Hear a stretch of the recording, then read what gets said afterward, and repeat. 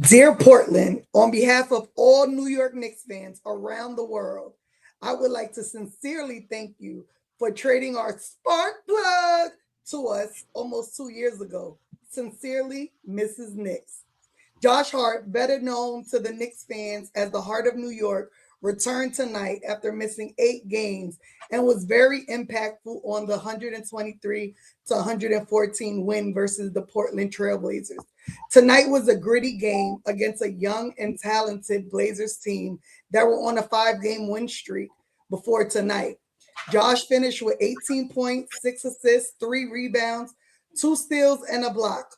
Oh, yeah. And by the way, Josh Hart in the starting lineup, the Knicks are 12-3. But he wasn't alone tonight because the Knicks had 32 assists and 106 points from our starting five. Jalen Brunson led the way with 26 points, eight assists, 6 rebounds, and a steal. OG had 24 points, 3 assists, 7 rebounds, and a steal. Karl-Anthony Towns had 20 points, 3 assists, 11 rebounds, 2 blocks. Mikal Bridges had 18 points, 6 assists, 6 rebounds, 3 steals, and a block. Buckle up because I'm sure there's an incoming rant or two tonight as we discuss tonight's game, the Knicks options as we have a roster spot open, and Knicks hater Paul Pierce's comments about Karl-Anthony Towns not looking happy on the Knicks. Yup, once again, living rent-free in his head. I'm Mrs. Knicks with the Knicks and Ish panel. Now let's talk some Knicks and Ish. Now hit the intro. Boom shakalaka! The Knicks are grit. These kids and our party just lit. Let's go!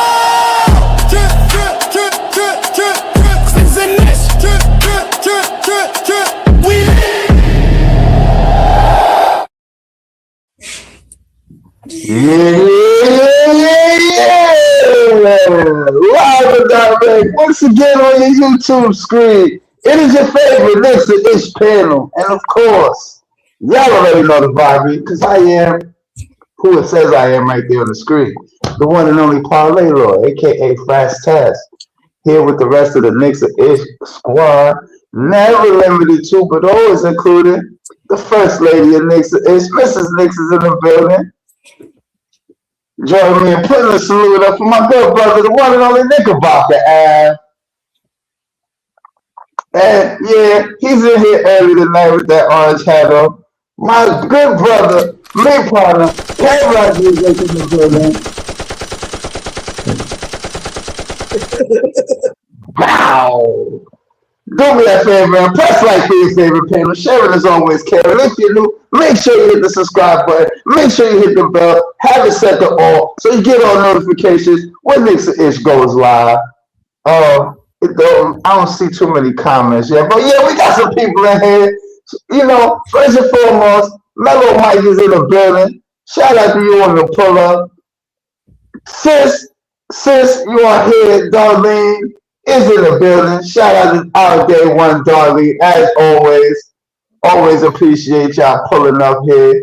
Yeah, I mean. So let me set the stage real quick, and I'm gonna let the panel take it away and give the initial thoughts like we usually do here.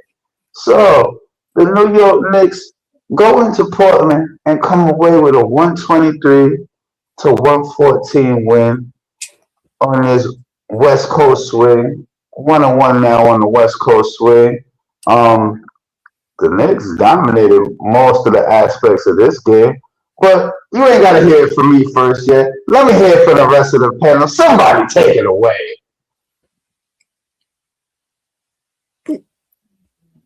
Well, I guess I'll just lead off. The Knicks now tonight, didn't they look a whole lot more comfortable tonight with just a little bit of heart, little bit of that grit, a little bit of that passion. All you need is a little bit of heart. And ours just happened to be Josh Hart. Josh Hart tonight returned for the first time since Christmas Day. And he put up Josh Hart numbers. He does the Josh Hart things. Sis already ran down what the other guys did, but that 18 points, 6 assists, 3 rebounds, 2 steals, a block, and this is his first game back since Christmas. I mean that, and look at that, almost a triple-double alert right there. Y'all forgot one stat for Josh Hart. Them 3 3-pointers he made, man. Listen, the Knicks looked so much more comfortable tonight, just because of having, the spark plug, the guy that that sets the table for us. And Portland didn't have an answer. They just didn't. And that's saying a lot because Portland's been playing really good ball over the last 5-6 games. They've been in a lot of games. And I mean, just look at those numbers, 51% from the field. Still, shooting the, the 43s tonight, which is, it is what it is. But that stat really drove me nuts. That one stat. For those of you who continuously talk that Jalen Brunson is, foul hunting, you're looking for the foul.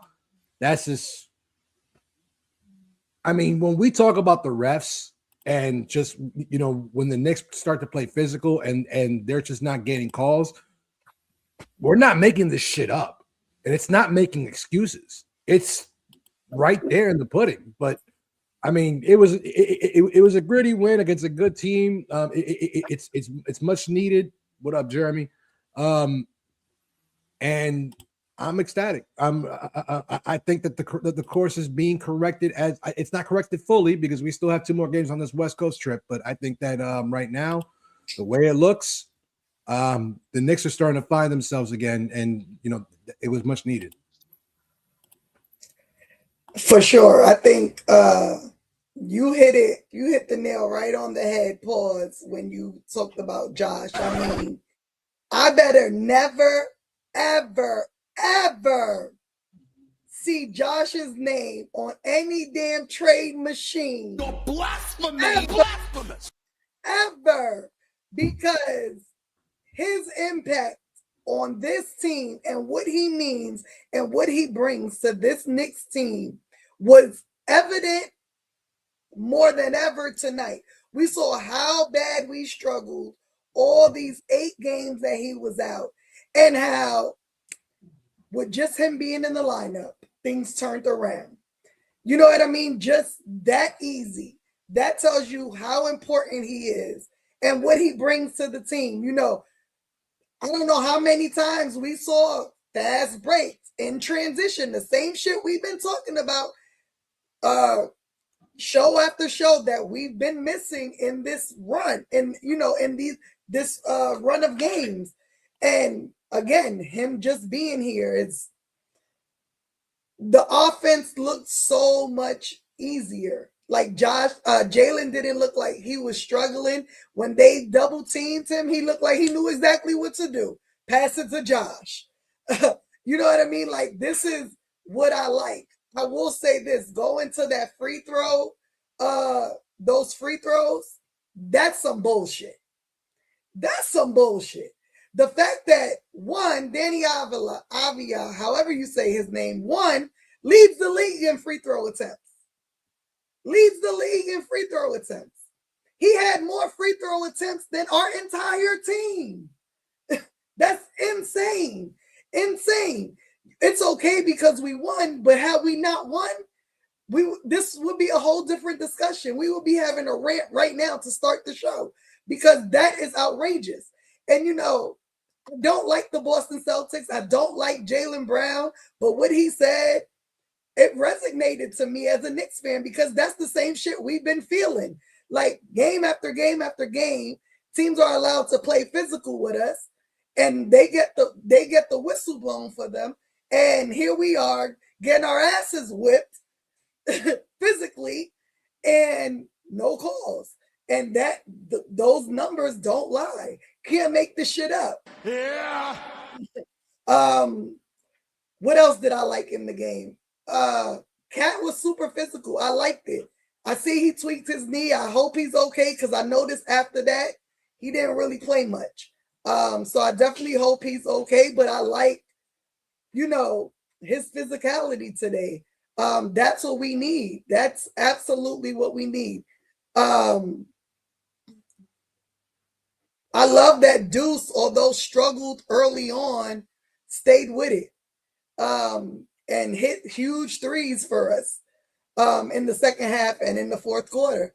And once the threes started raining in the fourth, it was just everybody hit a three. Everybody hit a three. OG hit a three. Deuce hit a three. JB hit a three. Josh hit a three. Everybody hits threes. So that was good to see. Something I didn't like was what we talked about. Whose minutes is Josh taking when he comes back? And whose minutes is not seeing Tyler at all tonight, not even for a minute, is absurd. It's absurd. He put in work. He's given us great games. And for him to get no minutes, this coach is really blowing my mind. I don't care win or lose. This coach he's driving me insane. Kev, anything you want to add? Yeah. Shout out to everybody in the chat. Mellow Mike, King Q, Big Sis Darlene, Jeremy's house. Salute to all of you guys for pulling up tonight on the show. Like, hit, share, subscribe. You already know the vibes. And super chats, y'all. Super chats. That's always a plus as well, if possible. If not, it's all good. But listen,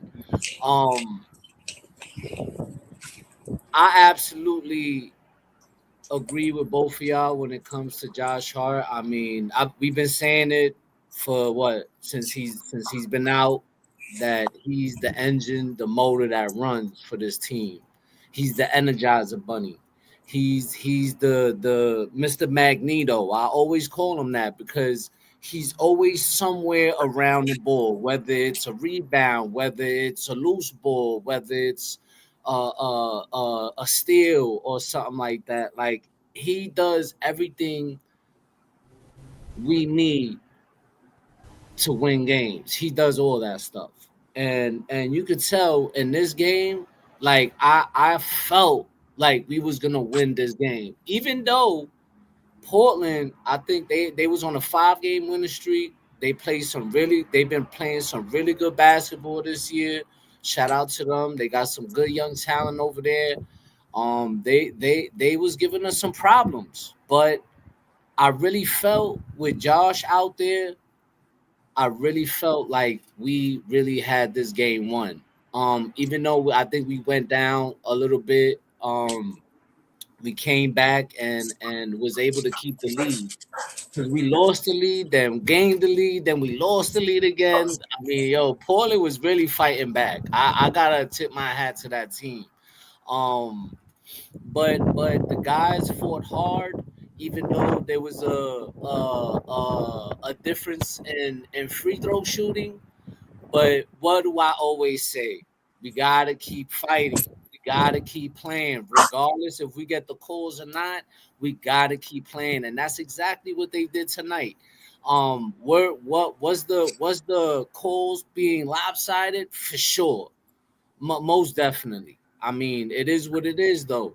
They still came out with the victory. That was one of the most impressive things to me. I like the ball movement in the beginning, but then I felt like the ball movement staled a little bit in that third quarter. I think even Mike Bream said it in the broadcast, But other than that, I mean, I'm glad we won this game because we've been struggling as of late. I'm glad that we finally getting healthy. Shout out to our guys, and Mrs. Knicks. I completely agree. I mean, these kids really worked hard and played out of their mind. When I'm talking about Tyler Kolek, Mo Diawara, Kevin McCullough Jr. I mean, these guys played their asses off while guys were hurt. You know what I mean? And we won them, and we won some games because of them. Why they're not getting minutes is beyond me. I think that playing these guys, you know, sharing minutes with these young kids is only going to help us win more games, and it will give our starters some rest, because every time these guys come in the game, they always in the mix of things, getting us back in the game when we're down. They play hard, they're smart. You know, so I don't know what's up with Mike Brown and not playing the kids. It's frustrating, but you know, we just got to keep winning, man, because Boston and all these teams are catching up on us, and we got to keep winning. So shout out to the guys.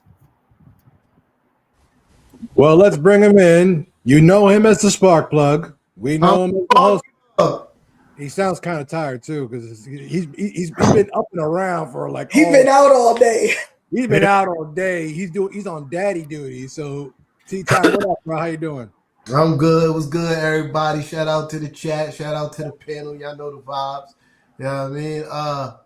Yes, I've been out all day. You know, long drive. Had to drop my daughter off. But I was listening to the game in the car. Not watching, listening. And I don't do that often. And I will say it's a very different experience. But what I've got, I really only showed up for rec today. Y'all know what I'm talking about. We'll go get that later. I'm only here for rec, but since we got to talk about the game first, that's what I'm going to do, right?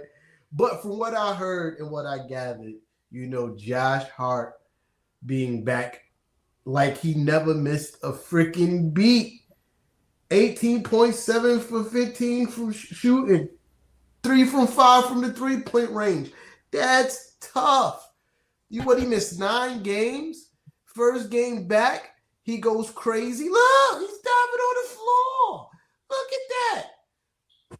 You know what I mean? So, you know, I don't know if it ever was understated how important Josh Hart is to the New York Knicks. If it was, here's your proof. Exhibit fucking A. Josh Hart is really the heart and soul of this team. He's the heart of the city. I was very impressed listening. I was also impressed. This is what I need from OG and Cat on a regular basis. Aggressiveness. And what's the old kid? Be aggressive. Be aggressive. Yes. Be aggressive. That's what I want to hear. That's what I want to see and hear. Because every time I turn around, I'm hearing OG Anunoby onto the basket. I'm like, these guys going crazy today. You feel me? Where was this guy the last 6 games? You feel me? Cat had one of those games being aggressive. You feel me? Like, and that, I think sometimes he be so focused on trying to do what Mike Brown is asking him and being the facilitator part of the offense instead of being like, yo, sometimes we need you to just go get a fucking bucket, bro. Go get a bucket. That's what you do. Go get a bucket. And I felt like, again, listening, he did that a lot tonight. JB is JB. What else need to be said? He's the cat. What else need to be said? But yeah, you know, when they made that, when the Trailblazers made that little run in the fourth quarter, I said, okay, you know, my normal thing, okay, this sounds nice, but wait till the cap get back. And exactly, once the cap got back, we shut all that shit down. Again, enter Sandman. It's a wrap. Once the cap get in and there's a close game, pack it up. Good night. GG. Go to bed. It's over. It's over. Once the cap get back in the game, if you ain't take a large lead, and when I'm saying large, I'm talking about 20 plus, and even that's not safe. If the cap get back in the game and the game is within 5-10 points, pack it up. Pack it up. And he got back in early. I'm sorry that Avia got hurt. That kid he could hoop. That kid could hoop. And he was putting on a show tonight. I'm sorry that he got hurt, but the outcome was already going to be the outcome. The outcome was going to be the outcome. And Mikal being aggressive tonight as well. And I think that also has a lot to do with when Josh Hart is on the floor, the pace of the team is faster. Guys are getting a lot more easier buckets. You mean? And that's because of Josh Hart. I'm going to land the plane there. Good to be here. Good to see everybody. I don't know who got to go next. I'm not running the show tonight. Oh, I forgot.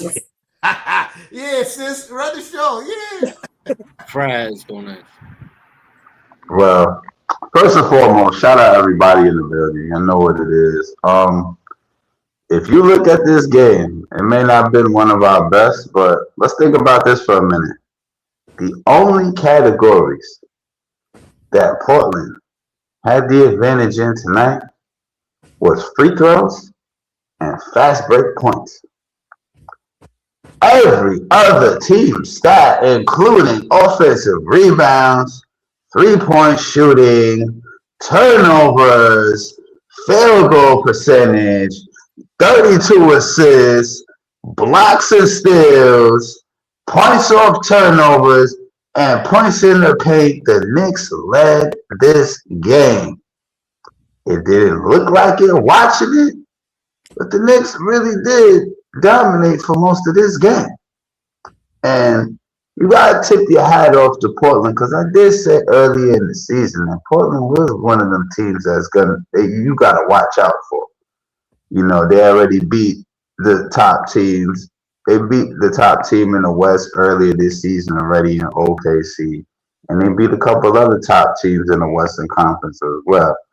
You know, Avdija's a problem. I ain't even gonna hold you. Me and Kev used to have so many discussions on this guy. Like, you only knew it was a matter of time before he became this breakout player.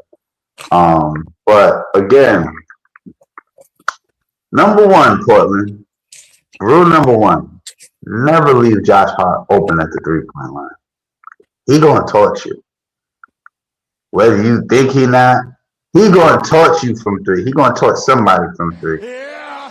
So why y'all leaving him open like he not gonna shoot that? I'm just like, oh, Josh, you need to pull that. They're gonna leave you open. I know you're gonna hit a couple of those, so go ahead. You know? Yeah, exactly. So it goes to prove my point. It's like Josh Hart is one of them guys that comes in and makes immediate impact.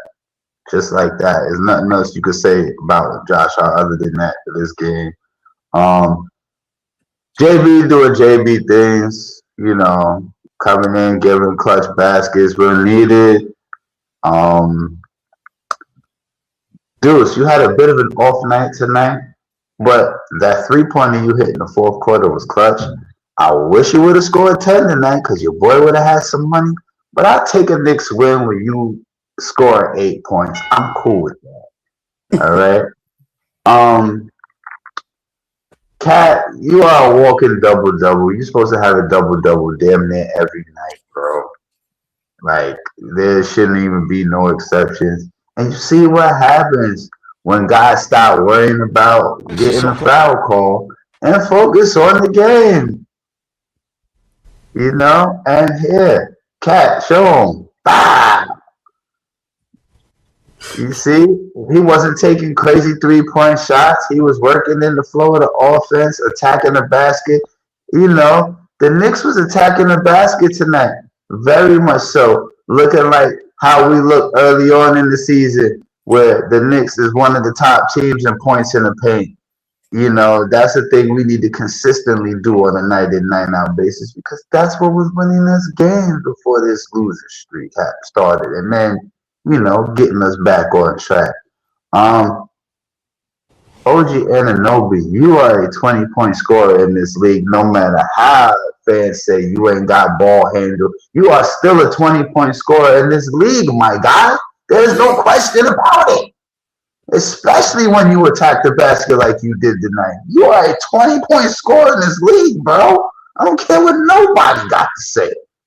He can be that dude when he want to be that dude. You know what I'm saying? Like, and of course, the one other thing I want to touch on before I land the plane. I'm not necessarily panicking that Mike Brown didn't play most of the guys off of the bench tonight. You know why? I think that due to Portland having taller defenders on their team and guys that are very, very quick, especially in the transition, I think Mike Brown chose to play more of his known guys tonight. Do I think this is going to happen every night with the young guys sitting on the bench? Nah, I don't think it's going to happen every night. I just think tonight Mike Brown wanted to roll with his guys. He knew he had Josh Hart back in the lineup, so I think he was more looking forward to getting a W. You know what I mean? And I'm gonna leave it there. I mean, I hear what you're saying, but what he's shown thus far shows that he's gonna play them less and less. I think T-Time said it last show or the show before, and Kev may have said it. This is giving real Tom Thibodeau-ish. You know, having our guys play as many minutes as they have. I mean, 8-man rotation tonight. Huh? 8-man rotation tonight. Right. JB had 37 minutes. Well, yeah, 9 because Diawara did play a couple of minutes, but it's almost like not even worth mentioning. He had it was 4 minutes, bro. 2 minutes. He had 2 minutes. It was 4 minutes. That's 3 on mine. Rotation spot. I'm just saying. That's going to be the defense for Mike Brown in comparison to what Thibodeau did, because Thibodeau wouldn't even let him sniff the floor. They was like, "No, why are you even dressing, man? For real." But let me. With Deuce struggling, why not put in Tyler? True, but you know what's crazy about it, right? If you really look at the numbers, only 2 guys played 35 or more minutes tonight, regardless if it was a 9-man rotation. Deuce played 35 and Brunson played 37. Yeah, that's because Mitch played 25 and we usually see him play 16. Yeah, and I know why that is too, because of Donovan Clingan. I know why. Donovan Clingan. You know? Because Donovan Clingan was playing, so he wanted Mitch to be on the floor for Donovan Clingan. Like, them two was going at it in the rebounds. And that was a good thing to see on the court. You know what I'm saying? Like, it was a real tussle for them rebounds with them 2 guys. Like, it was, you know what I mean? It makes for good basketball. 10 offensive rebounds between the 2 of them. Mitch got 6, he got 4. So yeah, they were battling. They were going at it. They definitely was. Yeah, I mean, the battle of the big men. Not only that, and Mitch was getting rebounds. The whole team, pretty much, was crashing glass. And crazy enough, Josh was one of the main people who had the least amount of rebounds, which is weird. Yeah. I mean, we said it last season. Back. Give him some time, bro. Give him some time. I'm not saying that's a bad thing. I'm just saying I'm impressed with everybody else. Because one of the knocks on Mikal and OG coming into the season is for their size, they didn't rebound well. Yeah. And over this last stretch, even though we've been struggling, you can see them putting a concerted effort trying to crash the glass. Tonight, OG has 7, Mikal has 6. You get 6 from the smallest guy on the court. That's tough. That's tough. That's tough and it's impressive. But I don't know who just said. I think it was Sis mentioning why you don't put in Tyler when Deuce is struggling shooting, because Deuce is still a hell of a defender when he's not shooting well. It's hard to take him off the court because he still defends at a high level even when his jump shot's not falling. So that's always going to be a reason why Mike Brown could be like, well, I keep Deuce out there if the shot not falling, because he's still giving us a lot on the other end. And from what I've heard, again, I didn't see it, but for what it sounded like, Deuce was still heavily involved on defensively and giving us a lot. And when it came down to it in the 4th quarter, Deuce was back. He was back just like that. It was. To me, I guess my concern is this. if we go back to not playing the young guys, and God forbid someone else goes down and we then need them, do we go back to this struggle mode again? You know what I mean? Instead of just them already being in the flow, people already being comfortable playing with them, and they just, step right in. Well, you know what I mean? Like, that's the thing. Every NBA team plays a 9 to 10 man rotation. Just this is across the league. Nobody plays 12, 13 guys anymore. So the fact that that they're not playing as many minutes is kind of it's kind of SOP. It's standard operating procedure for most NBA teams and most NBA coaches.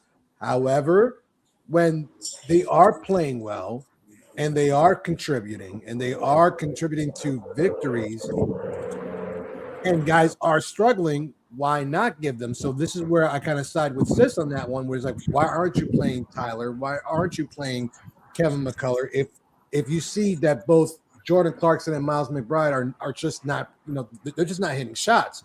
Now, in tea times, bring us to the point. Deuce is a better defender. That is given.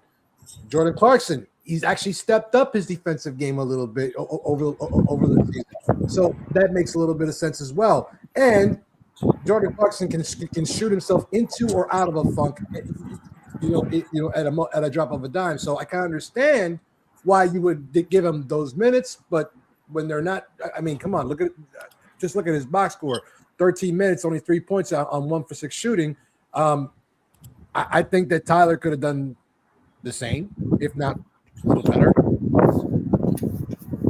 And it's kind of tough watching because you see a lot of teams out there playing their young guys, like Detroit, Miami, Orlando. A lot of these teams, they play their young guys, and you see them guys developing. But for some reason, I don't understand why Mike Brown has shied away from playing these guys. I mean, Diawara played 2 minutes today, and I mean, you could have threw him on Shaden Shaden Sharp, who was giving us a problem. There's a tall guy, and who Diawara could probably match, whatever he brings, because he was killing us today. A guy like McCullough, who defensively is a solid player too. You could have threw him out there and gave Josh some rest. I mean, it was only his first game back. And I love what Josh did today. Don't get me wrong, but the least thing we need is for Josh to get hurt as soon as he gets back. You know what I mean? So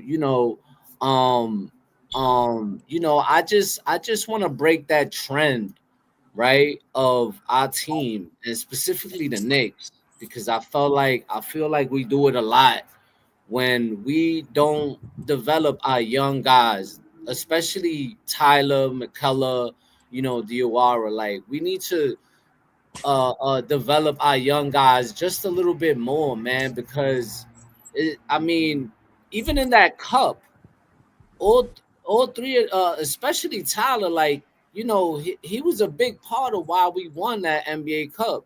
I know it don't mean much to people, but listen, it's in the books. You know what I mean? He was a big part. Like Jalen Brunson said it himself. You know what I mean? So I don't know. I don't know what Mike Brown's gonna do, but I really think that he should start, thinking about giving these guys more minutes, man, because we could be, really explosive if we give them consistent minutes. So, in the same respect, though, Portland only went 9 deep. I mean, they only went 9 deep as well, and and they're decimated by injury. So it's not like they couldn't play guys. If you look at their box, Jeremy Grant's out for Chris Murray's out. Reith didn't play at all. Hansen didn't play at all. And then of course Thibault is out with the knee injury. Henderson's out with the knee injury, and of course we already know that Dame is going to be out for the rest of the year. But I mean, they only went 9 deep as themselves, and I'm seeing the same trend in in a lot of other games now in other teams, such as obviously remember the old Pacers of last year, and we talking about the teams like the Pistons. they'll go 10 or 11 deep, but it's not a consistent thing. So, I mean, I'm not trying to bail Mike Brown out in any which way, because, you know, I also have a lot of issues with his doctrine or his execution of his plays. But if we get the W, we get the W. No, yeah, of course. So- but we also seen him play like, what was it, 12 guys one time this year? So all right. So Kev named a few teams that play they're young guys. Those teams are young. The whole team is young. Those teams that you named, Detroit is a very young team. Orlando, very young team. You named some other team I can't remember, but I know those two for sure are very young teams. And again, I agree that the young guys should get some PT. I'm not that guy, right? But I also understand the expectations and where we're going is different than like Detroit is playing really well, and they're playing a lot of young guys because that team is young. Our team is a little bit older. You got guys on the cusp of 30. We were a lot of our players is in that 27 to 30-year-old range, right? So, and we have championship aspirations, and we're trying to right the ship. You feel me? Like, we're not into our focus is developing guys now, right? Even though in that time we have in our own way developed guys. Deuce McBride, someone who didn't get a lot of PT. He got developed the right way. If you ask me, Tyler Kolek didn't get a lot of PT his season before, but he came in and you noticed stark differences in his game from when he first got here. Seems like he's kind of getting developed the right way. It might not be the way that other teams do it because they have available minutes for guys to play. You feel me? But I can't say that we're not developing guys. Like, guys are getting developed. It's just not the way that we may want them to get developed. Because, again, I am part of the team, Play the Kids, as well. I also kind of understand why they might not get played. I think Diawara should definitely get minutes. This kid is impressive. I mean, if you watch him from game to game and watch him get better almost every game, and you see his physical tools, and then you see like his he has a high IQ for somebody who only picked up the game a few years ago. He's athletic. He's long. Like, yo, there's nothing not to like. They said he couldn't shoot. And then one game, he came out and hit like 6 3-pointers. So I believe that kid should play. But like Knickerbocker said, I'm not trying to bail Mike Brown out. I just kind of understand it just a little bit. You feel me? I want these guys to play for sure, but I kind of understand it. I want to see Tyler play. I like watching Tyler play. It's impressive. His basketball IQ, his passing is impressive. It's fun basketball to watch. Young, so they're going to mess up more times than not. And do we really have the space to watch them mess up on the court when you know you can get more consistency from your older guys? I'm going to land the plane there. Yeah, I mean, I hear y'all. So I guess a good follow-up question to that is going to be, with Shamet now slated to come back any day, whose minutes does he take?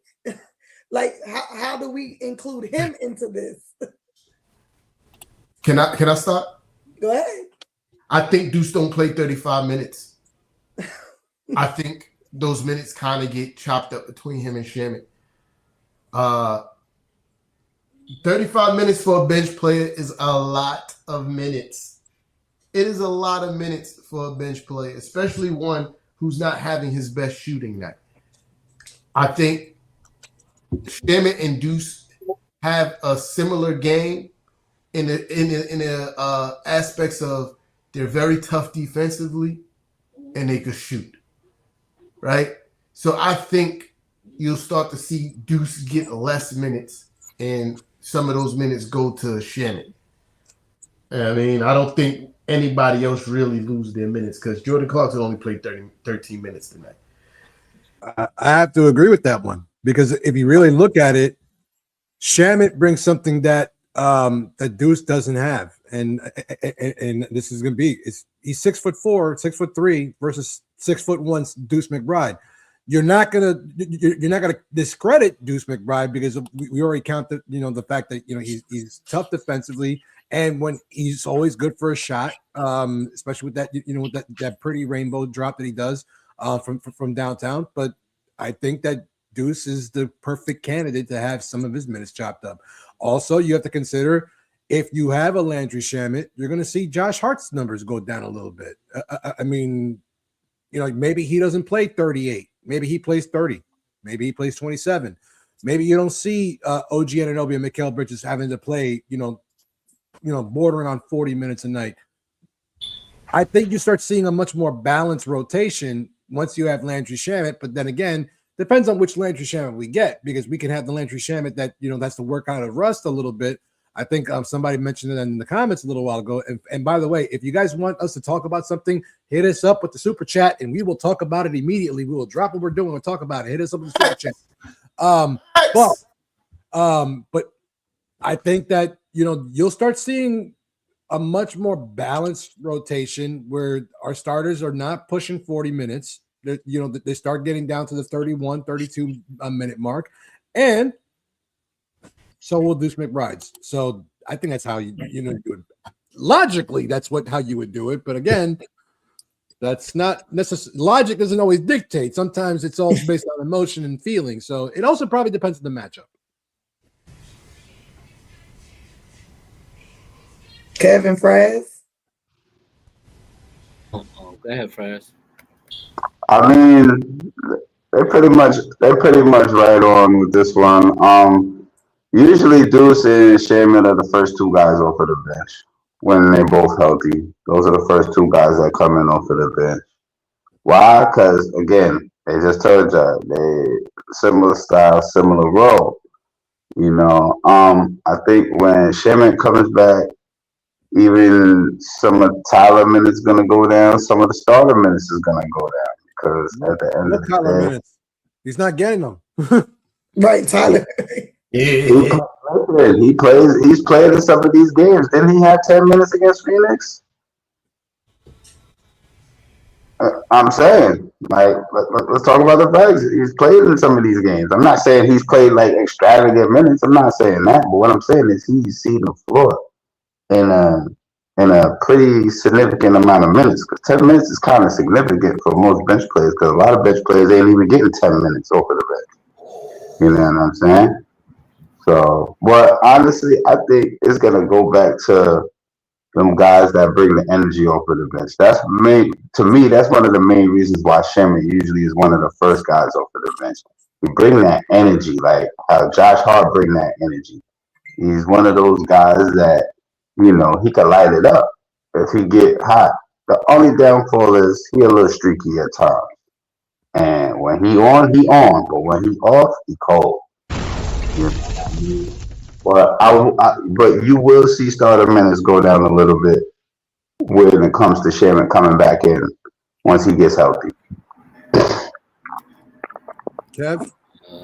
Okay. When it comes to Shaman, I think once Shaman comes back, I think we might not see the kids for a while unless somebody get hurt. To be honest with you, because that's the norm when guys are fully healthy and the team is fully healthy and everybody's back. So I just think it depends on matchups and what teams we play. I think that's when we're gonna know what kind of minutes, who gets what, and who comes out when. So I think it determines that.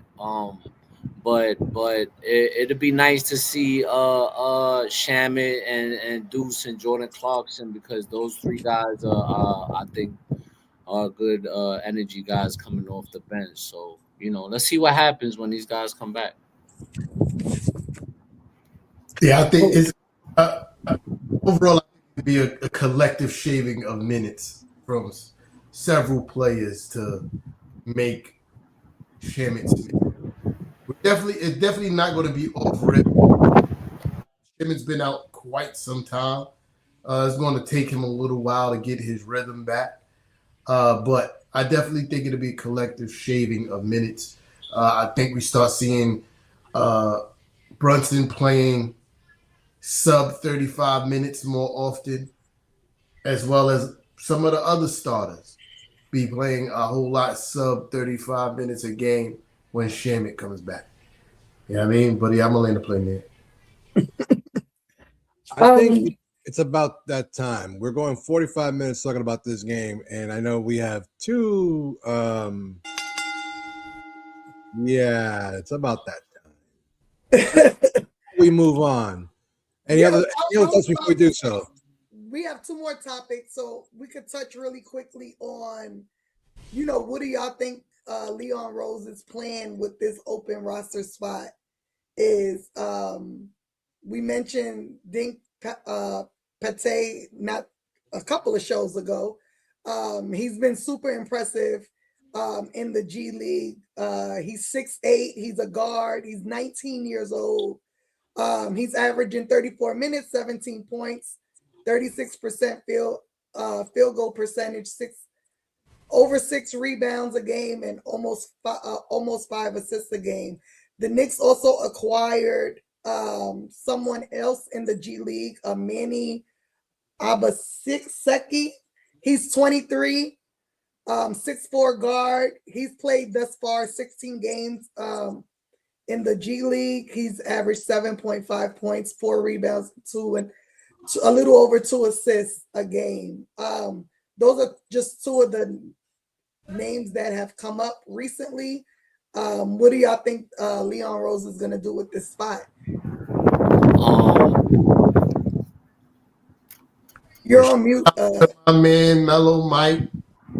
I mean, on the super chat. Appreciate you, good brother.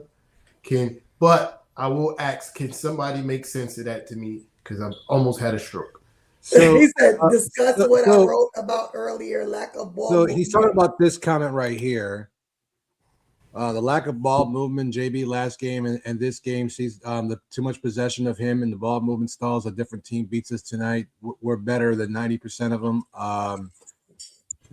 I understand there's been a major consensus of supposedly Jalen Brunson being the problem because he holds on to the ball too much and he's a ball dominant point guard. But ball movement also requires player movement.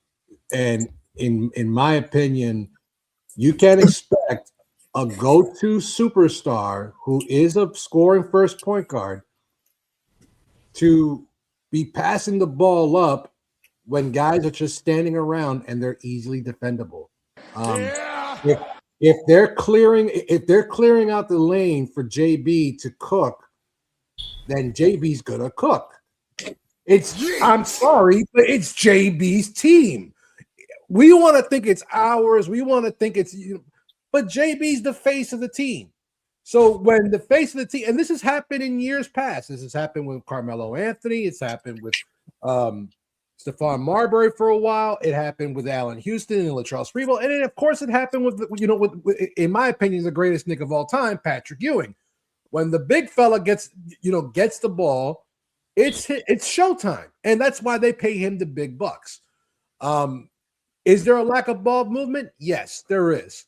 We're not going to say that it isn't. And of course, in that game where he had like no assists, and I think it was a Detroit game, we called it out.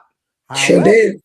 You cannot say that that there's a lack of ball movement every time JB has the ball, because remember, it is JB's team. It is his responsibility to initiate the offense, to orchestrate the offense, and of course to take over the offense whenever. He's also, not only is he the captain, he's also the point guard. So if the other guys are not making an effort to create passing lanes and create shots for themselves, and he can't do it for them because, he can only do so much with the ball in his hands, and he has a taller defender on him about 95% of the time, that's your end result. So I hope that addressed your question. because I know a lot of people want to have this conversation and want to put the blame on Jalen Brunson. I think I was on another podcast not so long ago where that same discussion was being brought up, and they're saying, well, he doesn't make anybody else better. Guess what? Are you making him better either? So then it's a mutual concept that people don't ever agree with. They should expect him to make you look great, but you have to do the work. I'm sorry. That's the way I see it. So something else too that is important to realize, right? When he's on the floor with the starting lineup, can't nobody else in the starting lineup break down defense. Name me one person in the starting five that can break down defense purely off the dribble. And the answer is none. It's rhetorical because it's none. So you're going to see JB dribbling the ball a lot because if we're in a half-court set, he's the only person that can really break down defense. The other guys have to, like Knickerbocker Ave just said, move to get open so you can receive the basketball. But if everybody's standing there watching the JB show, that's what's going to happen. And I said this on the last show. We can't complain about when the fourth quarter comes and it's the JB show when it don't work, when we so happy that it works when we win. Mm-hmm. It is what it is. We have the most clutch player in the NBA, the reigning clutch player of the year. So in the fourth quarter, in a close game, we can't get mad when he has an off fourth quarter night and be like, he should have passed the rock. No, because 8 times out of 10, he makes that shot. You know what I'm saying? So when it don't go in, we can't be like, what is JB doing? He's doing what he's always done. He's hell of a lot of games doing that. We can't be, you can't pick and choose. Now, sometimes do he be wilding? Yeah. He's not perfect. Yeah, sometimes he be wilding. But at the end of the day, the name of the NBA is your best player get the most shots. That's why they the best player. That's why they get the big bucks. That's why they get paid. Yeah, facts, the big bucks. You know what I mean? But a night like tonight, from what I heard, how many? 8. He had 8 assists. We had 32 as a team. Mm-hmm. What it sounded like was a lot of transition, a lot of easy baskets, and players were moving. Yep. Then the ball moves. It's that simple. We get in the early offense when guys are cutting, and I heard JB making some dimes too. I couldn't see it, but it sounded like spectacular passes. You know, my guy Mike Brand, he might have been gassing, but I was here, JB, what a pass. I was like, okay. You feel me? But it's a difference in that losing streak. I felt like we was doing too much standing. I'm sorry, I was super long-winded. My bad. No, I think that's exactly what it is. I mean, we know what we have in Jalen Brunson. We know he's not a pass-first point guard. We know this already. You know what I mean? Now, him having 0 assists, unacceptable. We addressed that here on this show. But like Knickerbocker and T-Time said, it's all about guys moving. You know, last game, I would hope that's not the play Mike Brown drew up, but of course the ball is going to be in JB's hands, but everybody just stood there. Everybody just stood there. And that's not helpful. That's not helpful for the team. That's not helpful for JB because then it's easy for defenders to double and triple team him.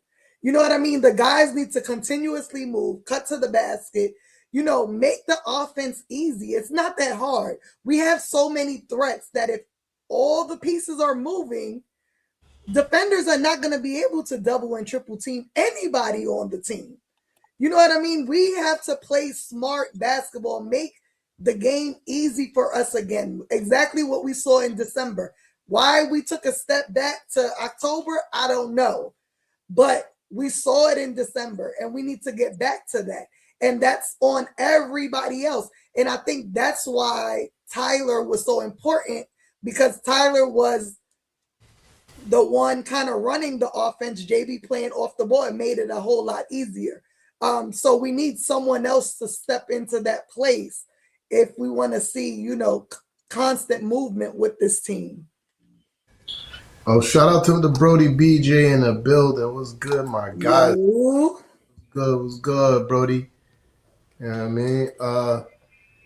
Calf Rash, y'all want to add into that, or can we get back to a Dink?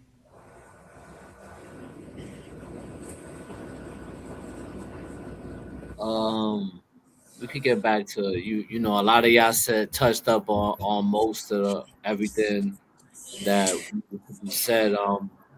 But I would love the kid, what's his name? The kid in the G League. Dink. Yeah. Listen, man. I think he's like the first G League player in Westchester to have a 35 plus point triple double. Another three. He's been playing lights out in the G League. Like Mrs. Nick said, he's 19 years old. He's on the come up. I know a lot of people was questioning his shooting, but for some reason in the G League, you can see that he's developing his shot.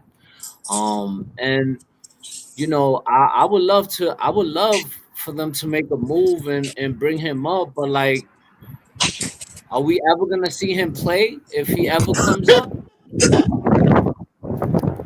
I mean, I know. I mean, let's be real here. Like, we don't even get to see the guys that we have on the bench that can play. But I think more importantly, conversation about how we play the kids, and we're not playing them. I hear you, Cav, but calling him up means no other team could call him up, because right now he's free grabs for every NBA team. You know what I mean? I get that. Let a team like OKC or the Spurs pick him up.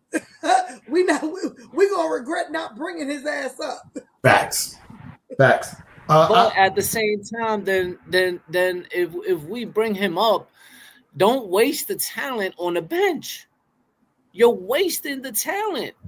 I still think. You know what I'm saying? Like, it don't make sense. I still think there's still some development that needs to happen. Mm-hmm. Remember, Deuce was in the G League smoking those guys. You feel me? Every time he was sent down to the G League, it was a 35 plus every game. But when he came up, he had some good games, but you also saw that it was still a lot of development that needed to happen with Deuce. So I agree with Sis. Call him up just so nobody else would call him up and still continue to develop him. Because moving forward, regardless. Okay. I read that. I did too. Spell check, my guy. Spell check. Yeah, but I think it's still some development to be done. So if we call him up or get him a two-way, he's ours, and you can keep developing him in the G League, keep bringing him up so he can see what it takes to be a pro and work with some of the pros on the team, right? And then hopefully we, sign him to a regular contract at some point, because in the future, we're going to need young players like him who's super talented that are on team favorable contracts, because we're only going to get, regardless what happened this season, decisions will have to be made in the next 2 or 3 years, right? Mm-hmm. We need players like Dink that's super talented, that we developed on the hush-hush, you feel me, that comes in and have a big impact. So I think it'll be prudent of the Knicks to give him a two-way, you know what I mean? And, just keep developing him in the G League, call him up to chill and practice with the pros, and then down to the G League and things of that nature. Look what for Deuce. That's all I'm gonna say about that. No, and I agree. Y'all know that's been my guy that I've been, rooting for to come up since preseason.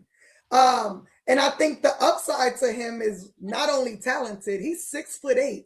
The one thing we're lacking in the guard position, height, he has it.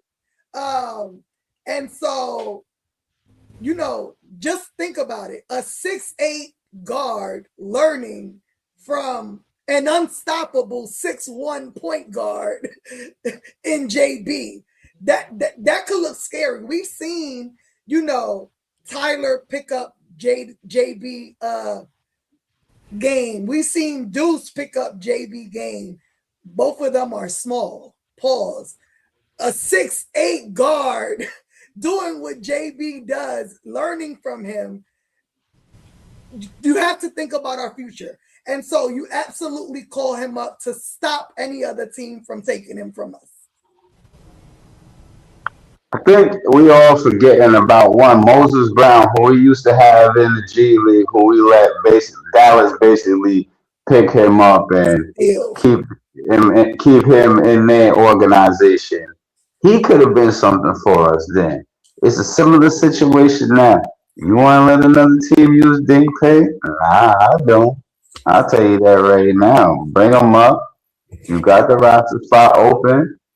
Let's see what this kid can do, and let's see what we can improve in this kid and work towards getting him on the team. Because I think he's gonna be useful, very useful. Who was it when we got him? They was like, "Yo, watch his." Because he's from Dallas. Oh. Yeah. Yeah, I can't remember who, but I just remember the sentiment like, yo, watch his highlights. Yeah, because Frank put me on to him because he signed to Shaq's sneaker company. He signed to Reebok. So, Shaq got the show about, him recruiting and got, young players for sneaker contracts. So that's how I was able to see him on TV. But out here in Dallas, or Knicks fans out here in Dallas always talk so highly of him and how skilled he is. And when you go back and look at highlights, you're like, yeah, this kid, he's only 19 years old. Like, he has a lot left to learn, and just his skill set alone already, once developed, is going to be, his ceiling is high. Again, he's 6'8". He's only 19 years old. He's one of those guys that he's too good for the G League. He's just not good enough to crack a rotation. Like, he's good enough to make a pro team, but maybe not good enough to hit, to crack the rotation. Because on one hand, we're praising him for his skill set, for his shooting ability, and how he can, and how hungry he is as terms of a playmaker and as an offensive threat. But he does lack a lot of the fundamentals in terms of footwork, in terms of floor spacing, of court awareness, and that shows up on the defensive end, and that explains a little bit of the reason why he's not here yet. Because I have been paying attention to him. I mean, once Sis told me about him, when was it? In G League? No, not G League, Summer League. Yeah. He told me about him in Summer League, and I'm like, because first of all, the name Dink Pate, I mean, that's gonna draw attention. And then when I started to pay attention to him, and I started to see, what intangibles he does bring to the game. Offensively, he's pretty gifted, but he's kind of like a little bit like a Jordan Clarkson kind of guy, where he has, he can shoot himself into and out of a slump immediately. But defensively, he lacks a lot. He lacks footwork, and he lacks, a lot of that, internal discipline that you need on the defensive end for you to be, to crack the pro league. But the fact that we just mentioned it just now, that the fact that if we don't bring him up, somebody else can. No one has yet. That doesn't mean it won't change once the February trade deadline, comes and goes. But the fact that he's still here makes it great. However, if we just bring him up just for him to dress in a Knicks jersey, I mean, then at that point, what would be the point? You know what I'm saying? It's like, what's the point? Last thing I want to say about it is he's only 19. He's only 19, right? Yeah. And last year, Moses Brown was on the G League for a long time towards the end of the season, and then Dallas picked him up and stole him from us. But look at where our roster was at that point. So in essence, it made sense, and it didn't make sense, for a lot of ways. But I mean, congrats to him. Yeah. Does anyone know about the other guy? I don't know too much about him. I pulled up some highlights. I know Fraz mentioned him earlier. Fraz, you know anything about him? Hey, who's the other guy? The Manny Obaseki. He's a decent scorer. From what I understand, he got good handles, decent scorer. One of the things I noticed about him, he knows how to attack the basket very well. I mean, like, this guy is like, when he gets downhill, he's relentless. And I mean relentless. Like, he can be one of those guys that sets the tone when it comes to points in the paint. And he has moves. Like, he has quite a few moves to attack the basket with. So you're getting a guy who is a pretty good slasher. And his mid-range is very good, too. I like his mid-range. He has very good mid-range. How tall is he? He's 6'4". Yeah, I was about to say 6'4". He didn't look like it at all. He plays like he's taller. And that's the thing about him. He plays like he's 6'7". Like, he plays like he's a taller guy. You know what I mean? But when he gets downhill, he can be effective. Like, that kid is gonna be something, man. Like, he could definitely drive to the basket. Like, just based on those highlights alone, I'm just gonna say that nigga fast. Bro, he got some speed, bro. I ain't gonna lie to you. That first step is fucking wicked. Like, he had boy on skates, like, just when he jerked that move, and I was like, it's a wrap. And he has multiple dribble moves. Yeah, that's what makes him effective. I definitely noticed his finishing, but he did some tough finishing. You feel me? And that was impressive. And he finishes in traffic. That's the key. That's one of the things that we miss over here in Knicks camp. Finisher in traffic. Like. Yeah, all right. Yeah. Okay, you got anything on this one? Did he free? Oh. Nah, he didn't. There he is. I did. I think he started the topic. Yeah, I think he's frozen. Yeah, I already started it off. Nah, he went ahead of me. Yeah, he went ahead of me. Yeah. I started it off. Okay. Well, I guess we can move on. So I'm gonna warn y'all, it's gonna get a little crazy, a little hectic. You see T-Time's face, he ready for it. Well, let me play the clip. Like I mentioned in the intro, the Knicks live rent-free in a couple of guys in the league or former players' heads. Jalen Brown is one of them. We live rent-free in his head. He's always on streaming, talking smack about the Knicks. And by the way, don't ever say fuck the Knicks. It's fuck the Celtics every day. But Paul Pierce, we live rent motherfucking free in his head. He talks about us more than he talks about anything on every podcast he's been on. And so let me play the clip. And this is from after the game in Detroit.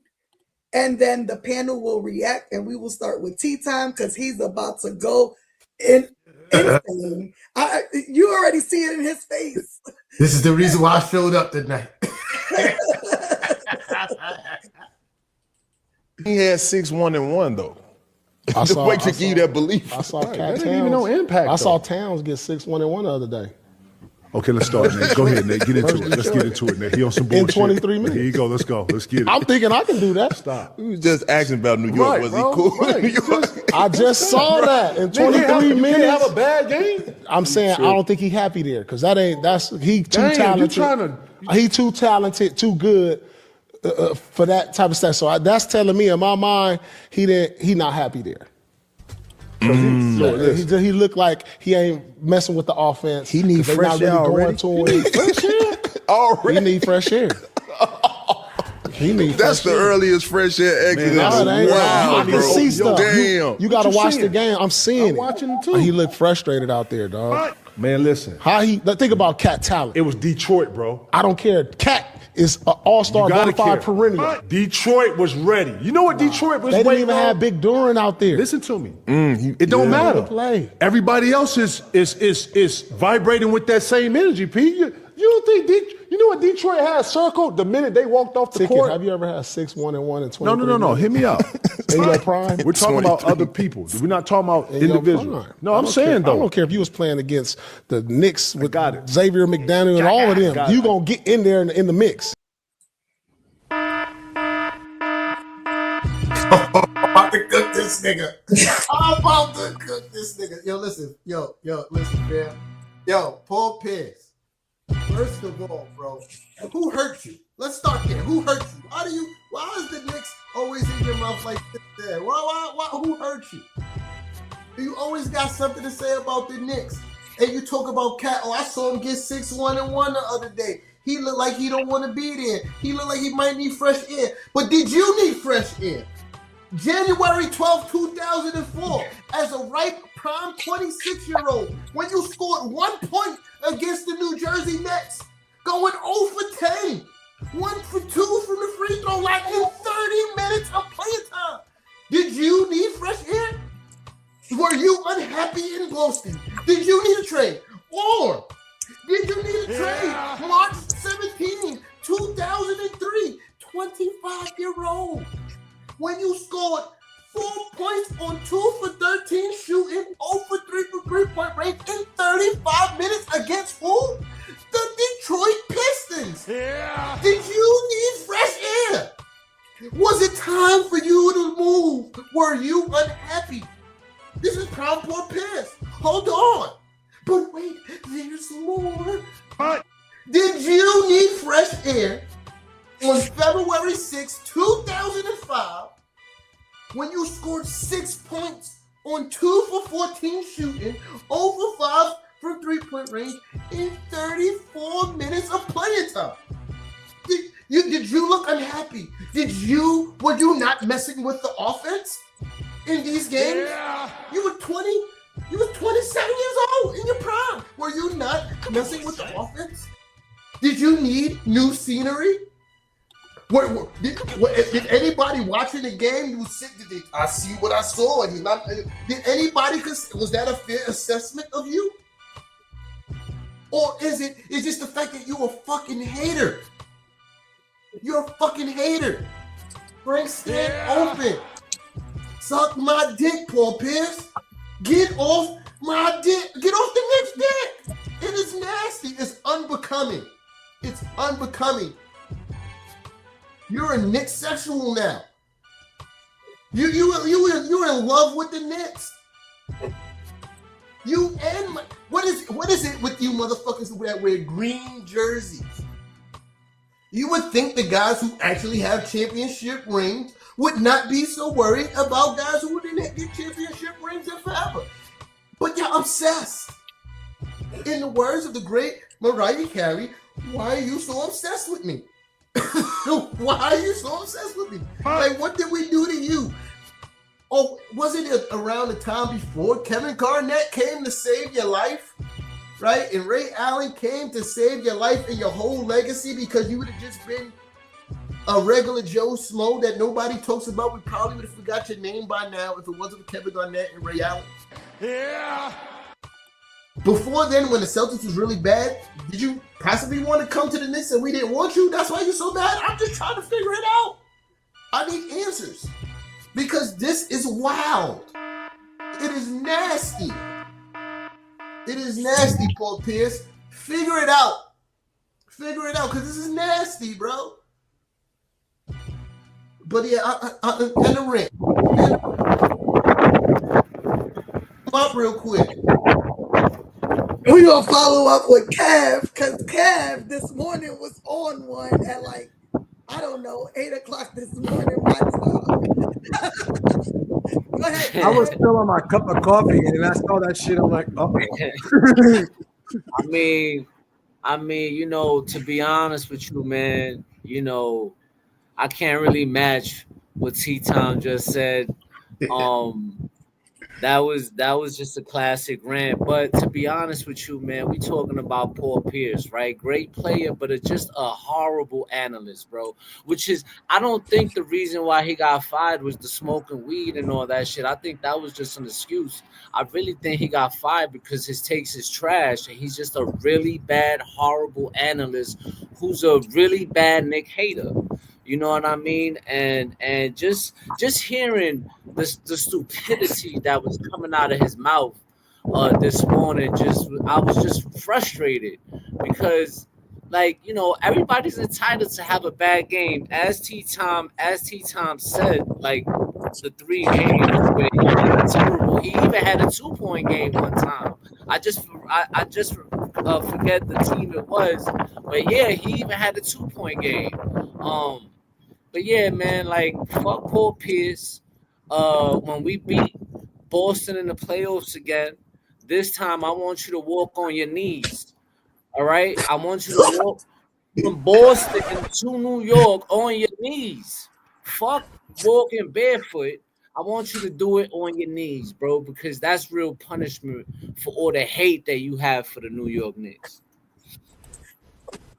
I really want to know what Knick fan, because it had to be a Knick fan. It wasn't a player or anything. It had to be a Knick fan that he encountered at some point in his life, whether it was in Oakland or whether he was in college or Boston, or maybe when he was traded to Brooklyn and he lived here for for about a year and change. But what Knick fan embarrassed the fuck out of him, pulled his punk card, and basically pulled his skirt up and said, "Yo, you a bitch. You whack, son.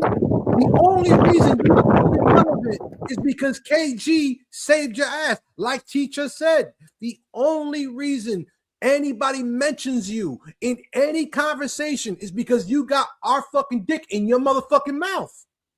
I'm just fucking tired of this nigga, dog. I mean, the only reason that podcast has any circulation is because of Kevin Garnett. Because Kevin Garnett, at least, yeah, he hates us too, but at least he keeps it at 100. This dude, he didn't get kicked out. He didn't get fired because of smoking weed, because this nigga's smoking crack. He's out there sucking dick to beat his crack habit, bro. I'm fucking tired of this dude, for real. Like, who broke your heart? Who broke your heart, man? Because every other day, this dude has something negative to say about New York, the Knicks, the fans, whatever. Are we annoying? Yes. We have a right to be, because we're New Yorkers. That's kind of how it is. That's the law of the land. But man,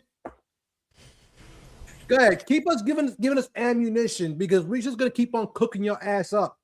Because the Frank stand is open for you 24/7, 365. You ain't gotta go to Great Papaya. Just come to Nixon-ish and we will cook you. Yeah. I mean, one ring have an ass. He subconsciously wore orange and blue on the podcast one time.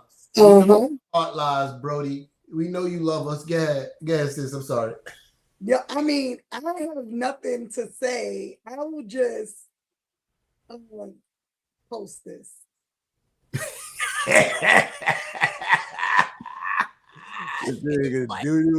What do we need to say? I mean, we don't respect adults that shit on themselves, literally. Oh, is that the game where he faked the injury and had to be carried? The injury. So he gonna take a shit? Yes, exactly. So, like, I don't understand why he hates us so much, other than he was a Celtic. But keep bringing it. Keep bringing it. Because all you're doing is giving us ammunition, and I love it. But I don't respect dudes like you. because you're a basketball player that just won't keep it 100. Cat had a bad game. It was terrible to watch as a fan, but you can't beat Cat in a game of basketball right now. Boo man. Cat gonna have you really shitting on yourself, like diarrhea. Because Cat gonna cook your ass. But yeah, I mean, to me, he's annoying as fuck to watch. I mean, at least like you said, Nick, about the KG, like he makes sense when he says shit. You know what I mean? And regardless of your bias because of the teams you played for, talent is talent. You can't say, you know, he don't look happy. Do he look lost sometimes? Yeah, we've said it. But it's more of, again, the offensive scheme, not getting him involved early on, not continuing to feed him the basketball, especially when he's out there with the second unit. That has nothing to do with Cat. That has everything to do with Coach Brown. Yeah. Fraz? Paul Pierce, just give it a rest already, man. We tired of hearing you talking, man. It's like, bro, like for real, bro. Like you pooped on yourself in the finals, my guy. The finals. This is not the regular season, people. The finals. The NBA finals. Bruh. He said Kobe and Shaq. Holy shit, it's Kobe and Shaq. Yeah. Listen, I'm gonna keep it real with y'all. The more and more I listen to Paul Pierce say things like this about the Knicks, the more and more he's salty, yo. He's one of the saltiest ex-NBA players I've heard come out and say things. It's out of him and Gilbert Arenas for the most saltiest former players of all time. Let's be real about it. He takes it from Gilbert, and I hate Gilbert. I'm starting to think that. I'm starting to think that very much so, sis, because it's like, bro, yeah, niggas sound crazy. Level of assholes. Man, y'all niggas sound crazy for real, the way y'all talking. Like, give us our props when we. Gilbert will give us our props when it's undeniable, but yeah. But he's up there too. He's a hater. That's a fact. He's a big hater too. The shitty kid. Got the nerve. Call him boy Paulie. Yeah, and the part that killed me is when he looked and asked Kevin Garnett, "You ever had 6-1?" Right. I'm like, wait a minute. If memory serves me correctly, had to go get my research on. Nigga, you got multiple games with less than. Exactly. He has multiple. And he was on another against the Knicks in Madison Square Garden when the Knicks were bad. Yeah, he was on another podcast. I don't know which one it was, but they asked him like about the tweet because he tweeted about it, and he was like, "Well, people used to ask me in my last season why I only scored 3 points and whatever. And I asked him, well, how many minutes did I get? And he said 13. He said, so if I would have got 23, I would have doubled it. It's the podcast with Green, the light-skinned former basketball player. What's his name, Dave? I forget. You talking about Danny Green? Danny Green, yeah, Danny Green.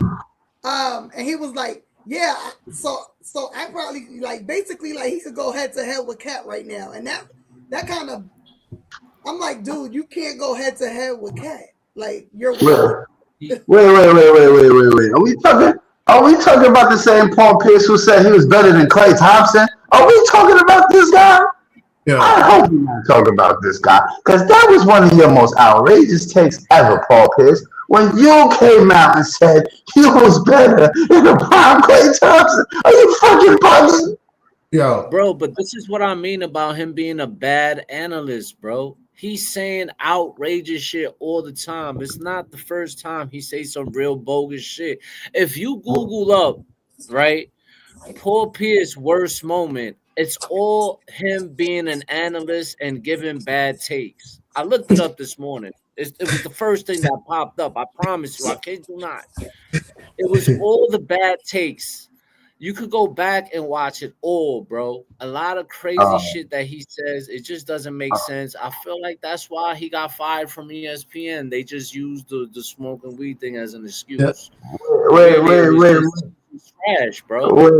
Not a good analyst, bro. Let's go back to 2019 real quick. When Paul Pierce said the Bucks were done against Boston and they proceeded to gentleman sweep Boston after he talked shit about them losing game 1. Let's be real, people. Yo. This is what I'm saying, bro. This is the same Paul Pierce that Kevin Garnett had to tell. I forgot when it was, but he said, yeah, I could go out there and get 10 or something like that. And Kevin Garnett was like, nah. You talking about right now? Right now. He's like, yeah. He's like, nah, chill, Pete. You ain't got that. You ain't got that. Fuck out of here. You just chatting.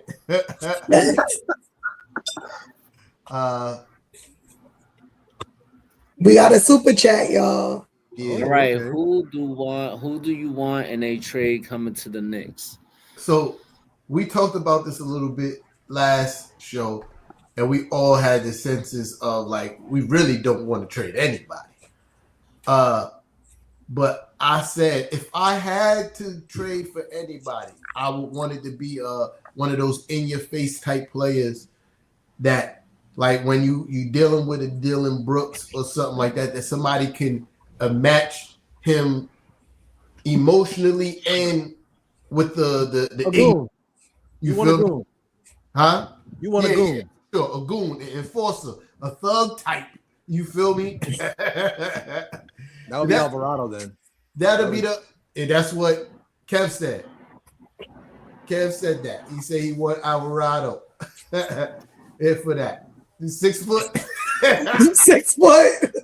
But listen, but we can't say that when we got Tyler Kolek, who's what? He's 6 feet 2. I know. That's why it's hard to have another one. So, but he's a different type of player, though. In that essence, then if I have to make a trade, then I'm bringing back Dante DiVincenzo. That's it. There you go. Tell me somebody. Mellow Mike. You want to argue with me? You want to argue Dante DiVincenzo? I'm listening. I'm willing to listen. Who else you have? But if you don't give me somebody better than Dante DiVincenzo right now, I mean that will match up in contract, match up in style, match up in contribution. I'm just saying, Dante DiVincenzo. But and he a white gangster. Also, exactly. And he will fight. He will fight. We also, he might take a swing with a weight at somebody. He might swing at you with a weight or some shit. You better be careful. But we also talk about Sadiq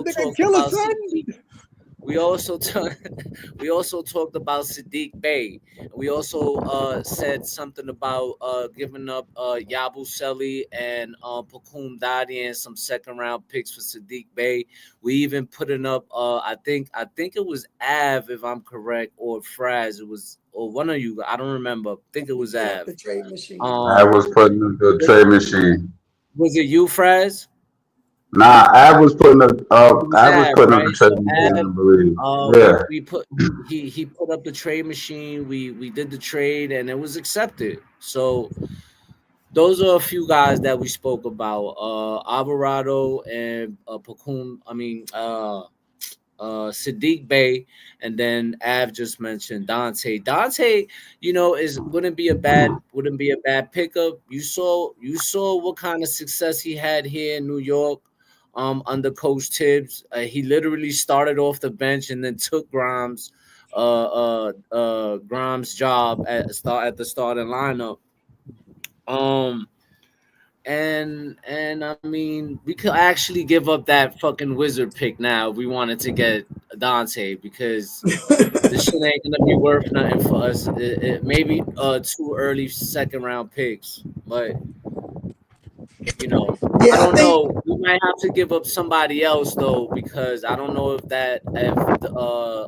Jabu and somebody else, we because we got to match that 11.5 million that's owed to Dante or something when we match contract. Yeah. Can I throw a name out there real quick? Absolutely. All right, I want to throw a name out there real quick that I've been seeing pop up in a lot of talks recently. I'm not saying all the stories is true, but I've seen this name pop up a lot, and I want to ask the panel this real quick. What are y'all thoughts on Cam Whitmore coming over to the New York Knicks? I've seen that. I've seen that. He's young too. He's young.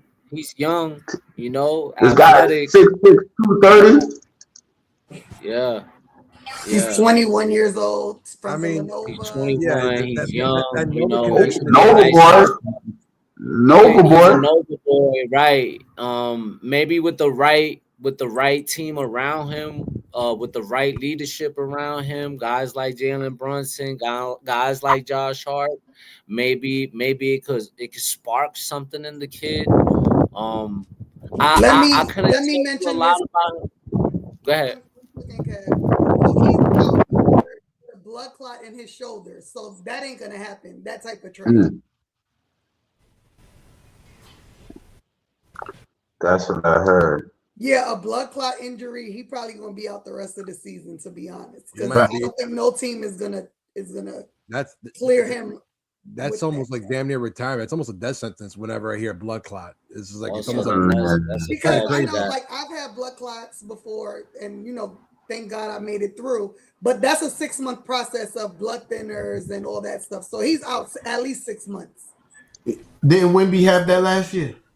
Yeah, he did, but his was so minor that and plus it's Wembanyama, so that the Spurs and his management was around the clock making sure that shit was taken care of. Bert had that at 1.2. Harris LeVert. Mm-hmm. Yeah, I mean, is it a huge issue? But I think it is a death sentence. It's definitely a season ender for sure. It's a wrap. Pack up season. It's over. Yeah. And you lucky to get back the next season. You feel me? But you have to have like Knickerbocker was saying, you have to have that around the clock care and the best, because if somebody else had it and it is a big name. I can't remember who. What, Bosch? Bosch, was it blood clots for Bosch? Yeah, he did. Yeah, he did. Yeah. But it also ended his career pretty much. Also, Alonzo Mourning had that along with his heart condition. Yeah. That's who. That's who I Yeah. I mean, so it is a path back, but Wetmore, it's kind of a wrap for him this season. Ain't nobody trading for that. Yeah. And I got one more name I'm gonna bring up after y'all done. I got one more name. Oh, let's and do this it. is most recent. All right, so real quick then. The most recent name linked to the Knicks looking into bringing him over is one Ochai Agbaji from the Toronto Raptors. I don't even know who that is. I don't know who that is. He's a mini OG. He's basically a little bit of a downgraded version of OG Anunoby. He is. He's a lot tougher. I mean, I would say that he's stockier. He's probably a little bit stronger than OG in that sense, but he was somebody that I wanted the Knicks to draft when we drafted. I think it was either Dadier or someone else because he was available, but that didn't happen, and I kind of got over it. You know what I'm saying? He's one of those players that had a pretty good college career. Has some a lot of upside. Just been kind of bouncing around the NBA. He's almost damn near journeyman if he's not one already. And we have Mo Better Mo Chatter. Exactly. So it's kind of like why We're trading apples for apples, red ones for green ones. You know what I'm saying? What's the difference? Ammo better if I'm not The mistaken. green ones taste better. Younger. Your opinion, okay? I like the red ones.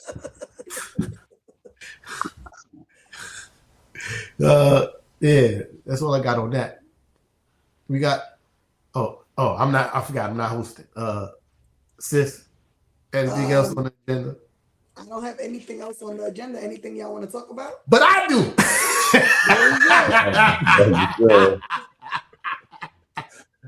Oh shit. We're gonna do this again.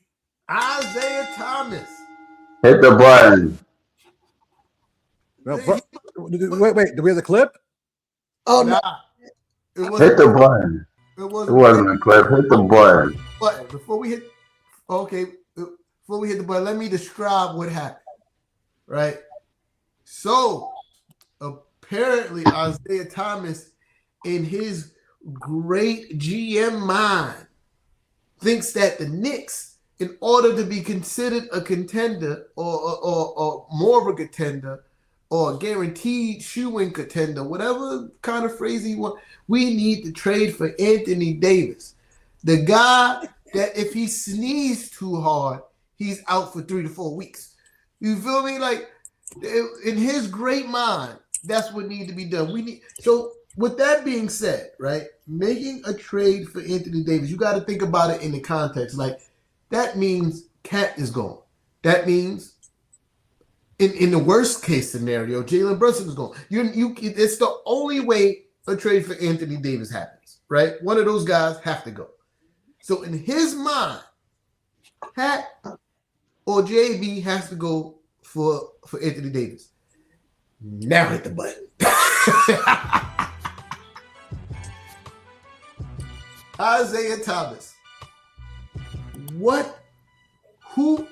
Why in the whole entire fucking world would you think anybody cares what you have to say about how to run a team?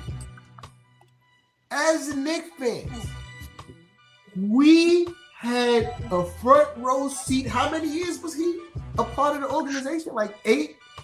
Something like that. Something like that. 8 years? Thank you. We had an 8-year front row seat to the shit show. Hold on,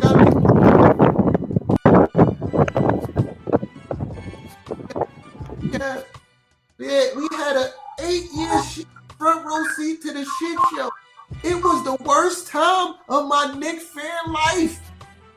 I have never been more depressed as a Knicks fan than when Isaiah Thomas was running the Knicks.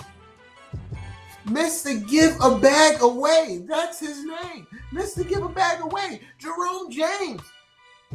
You signed that fool to one of the biggest contracts for a scrub of his generation. It was the worst contract of the generation. You was the smart guy who went and traded for an injured Antonio McDyess. We knew he wasn't going to play basketball. You knew he wasn't going to play basketball. That's how bad the injury was. You knew, but you still made a trade for him. You brought him here. He didn't play. Then he played half a season, and then you traded him. This is the guy. This is the guy we're supposed to be taking advice from, who's sitting on a TV screen. Somebody's actually giving that guy a check to give advice about what teams should be doing. But when he actually ran the team, he ran the team the worst that has ever been ran. Yeah. This is the era where people was going to Madison Square Garden with paper bags over their heads. People were actually wearing paper bags over their dome pieces when he was running the team. And this is the guy you want to tell me he got the advice. He got the keys to how to build a championship team. He couldn't even get a team in the playoffs. He couldn't even get a team in the playoffs.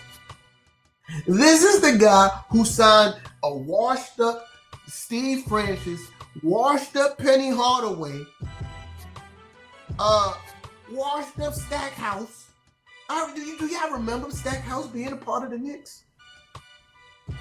It was that brief, and it was so bad. No, not Stackhouse. Vin Baker. And he also traded for Jalen Rose. Washed up Jalen Rose. The Knicks became a place where careers go to die. It became the element graveyard for former stars. This is where you go to. This is my last chance to get some money. Basically, we weren't a place to die. We were a place to be buried. We're the cemetery. You're dead already. This is the place where I go get my last paycheck, and that's what happened. I'm not taking no advice from Mr. Sexual Assault. I'm not taking no advice from him. Not that guy. Not only did you give away Eddie, shout out to Maddie Smooth, Eddie Curry. Let's go, Eddie Curry. Another one. Listen, not only did you give away all the Knicks money, not only did you give away all of James Dolan's money, right? You just gave it away. And then he had to pay for your lawsuit on top of that. But Jay, your title of being a former, Hall of Fame basketball player, I think that tricked Mr. Dolan to thinking you actually knew what the fuck you was talking about and doing. T-Time, I got a name for you, T-Time. Jerome James. Jerome James. I said that. That was one of the worst contracts ever. Okay, that was the worst one in history. Yeah, that was one of the worst. That's the worst contract of his generation, easily. Isaiah Thomas.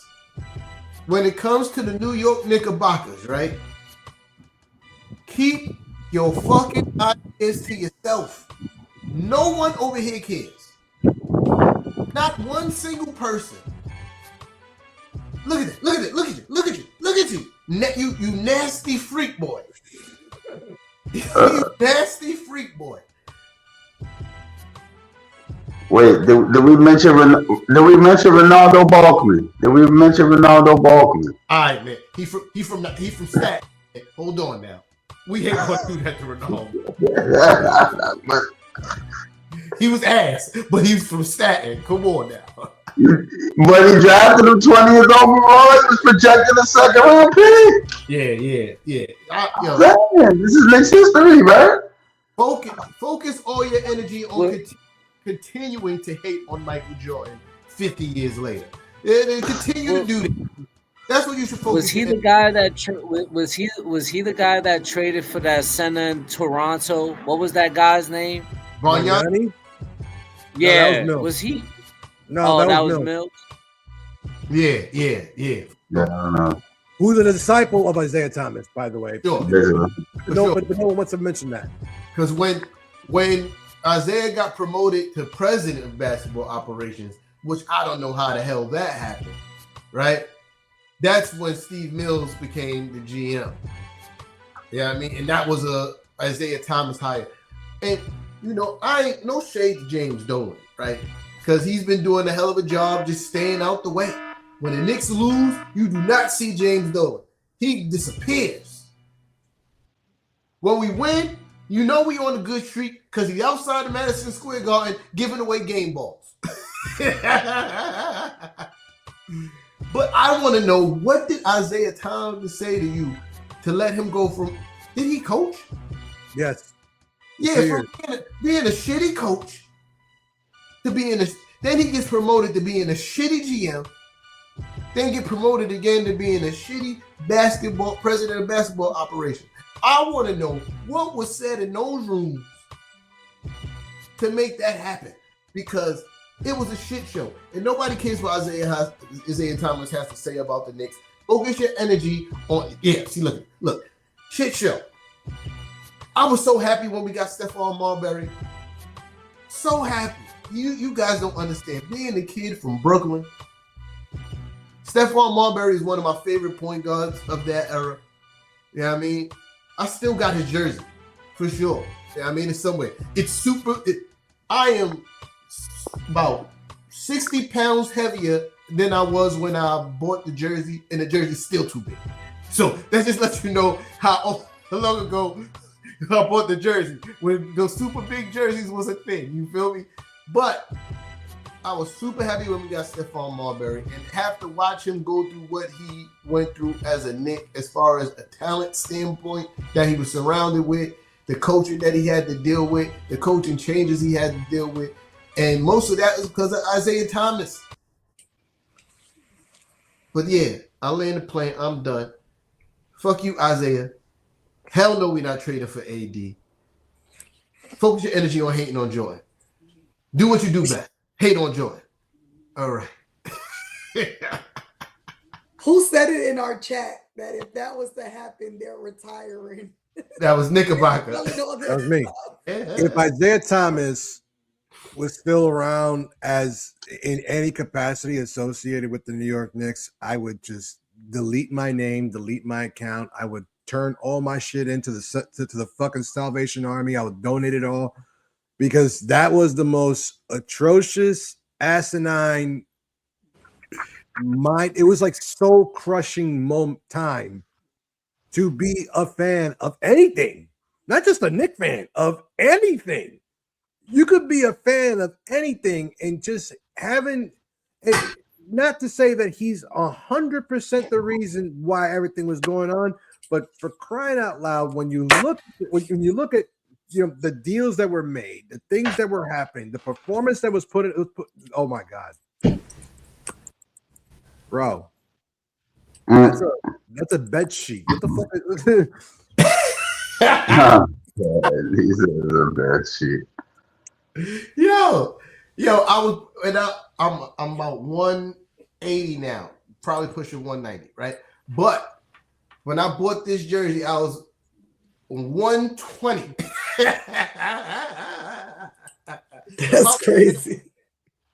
Yeah, but yeah, Stephon was my guy. Yeah, man. No, Mike said he'll buy it off of you. He just needs to know what size it is. Nah, I'm not selling that. Something, yes. We don't sell. I don't sell no jerseys, man. I still got my Porzingis jerseys, homie. I don't sell no. I donated that shit. I donated the second he got traded. I donated it to fucking Nick onto Knicks OmniFans and put it in a fucking bye. It's part of the story, man. What? Yeah, a story I want to forget. Thank you. There was some good times in there, nigga. It was some good times. Fuck Phil Jackson too. While we're at it, first of all, I hate that guy. Hate him. He's another one. I don't want to hear nothing he got to say regarding the Knicks as well. He's another person that could, stay over there. You feel me? Word. But yeah. You know what kind of annoys me in the same respect that we were just talking about Paul Pierce is that anybody who has a legitimate name in the NBA during their playing career that then has nothing to fucking do with themselves, and just because they've won a championship, or in Zeke's case too, that all of a sudden their opinion holds any kind of clout in today's NBA or in today's sports. What bothers me so much is that networks, people in charge of of television broadcasting and stuff like that, they continuously bring these individuals like a Paul Pierce, like Isaiah Thomas, who have nothing really good to say. They have nothing to add of any kind of value, but because they have a championship ring and they have some kind of a following, once upon a time. Shit, Isaiah Thomas hasn't been fucking relevant since he got fired from the Knicks back in 2004. Facts. And on top of that, the fact that some network figured, well, we want to have some kind of some kind of style, some kind of insight from a player's perspective. There are a ton of NBA players who have a better talking ability, actually have some better perspective analysis, and actually bring a unique likability and perspective that you can actually put on there. No, you want to put on the dumbasses like Paul Pierce, Isaiah Thomas. You want to put boring people, because I don't want to shit on him, but Udonis Haslem, who really doesn't have anything fucking really to say. You put Grant Hill on there because why not? Grant Hill's such a nice guy. And I'm just trying to figure out why, when you can get people who actually can eloquent, some kind of an intelligent thought, relay a message, and actually be entertaining and informative. So far, this is why, like this season, although I'm glad that the NBA is back on NBC, I'm glad that we have so many other outlets, but the broadcasts, production, yeah, they're all great. Pure fucking basura, pura basura. You know what's crazy too? I never realized until more and more, former NBA players became analysts, how many haters there was of the Knicks that actually played basketball. Everybody. I didn't know that all of you guys felt this way, and I don't understand why. Because except for the exception of Isaiah, everybody else. When the Knicks, when you guys were playing, the Knicks weren't good. So I don't understand where this animosity come from a lot of you guys. You feel me? I don't get it. I don't get it. But I will say this. As much as I do hate basketball on Prime, hate it, right? The analysts are very knowledgeable, except for Udonis Haslem. I don't ever want to hear him talk about what it takes to be a star or really good or any of that things, because those are things you were never, right? So I don't ever want to hear him say that, right? But the other guys, they're very knowledgeable. If you actually get past the point that they're all fucking dry, they all dry as lips in the Sahara Desert. These guys, like Blake Griffin, I didn't know his basketball IQ was that high. You feel me? I'm listening to him talking. I'm like, oh shit, bro, really? He's really breaking down the game in a very astute level. We all know Steve Nash's basketball IQ is through the fucking roof. Same thing with Dirk. They're just all boring. You feel me? Like, yeah. Isaiah Thomas, hell of a talent, but obviously from his post-NBA career, you could tell from a basketball standpoint, he's dumb as shit.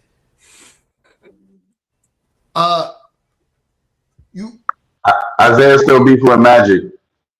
Bro, he's still beefing with Jordan too. He still didn't get over not making it to the Dream Team. Bro, you're like 70. Get over it. It was 1992, dude. Bro, you get over it, bro. Oh, bro, 1992, I was 7 years. No, not even. I was 6. I was 11. I'm about to be 40, gang. Like, I'm about to be 40. Like, get over it, bro. It's a very long time ago. It's you seek therapy. Seek therapy. Get over it. Seek therapy, build a bridge, get over it. You feel me? But, yeah, like, I don't want to hear him talk about basketball. Like, the difference between him and someone like Steve Nash. Steve Nash was tossed into the fire with the coaching shit. No training to be a coach. No coach, no, what you would call it? Assistant coach experience, nothing. They just gave him the keys, won us a championship. That was wild. And he sucked at it. But we all know he's smart at basketball. But Isaiah Thomas, you got an 8-year window to watch him be dumb. And he was a head coach. He was a head coach in Indiana. Then he went to Toronto. And then he came to us, was a GM, then promoted to president. Then Dolan eventually said, you know what? You coach the team. And for the last 2 years, that's what happened. He coached the team and he coached the team deeper into a ditch. So, Dink Pate, can I ask you a question? What's up? All the other coaching destinations. What's the one thing that was in common with Isaiah Thomas and them teams that he coached? I don't know. They were all ass. Well, for the exception of the Indiana Pacers when he was the coach of them, they had Reggie Miller. They had Reggie Miller. So and then they had a young Jalen Rose, you know, when he first got there. But then after that, it was coached that team. I could have coached that team to be good. I could have coached that team blindfolded. Word, I'm not a coach. I could that team was stacked. You want to know? They also share something else in common. Those Isaiah Thomas teams never won a playoff series. Remember, he never got out of the first round as a head coach. Let's be real about this here, people. And these are the facts, I'm telling you.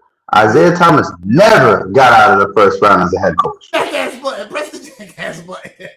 Whatever. Thank you. Never got out of the first round as a head coach. So what are we talking about here, y'all? Thomas, man. Fuck us. You know we love the phrase once a Knick, always a Knick, but you guys don't realize how many people it don't apply to. All right. And he's plenty. It don't apply to him. It don't apply. They show him on the monitor in the Garden. He's getting booed. Why you think he never go back? He's getting shot. What the fuck are you talking about? They're gonna shoot him right. Oh, Zeke here?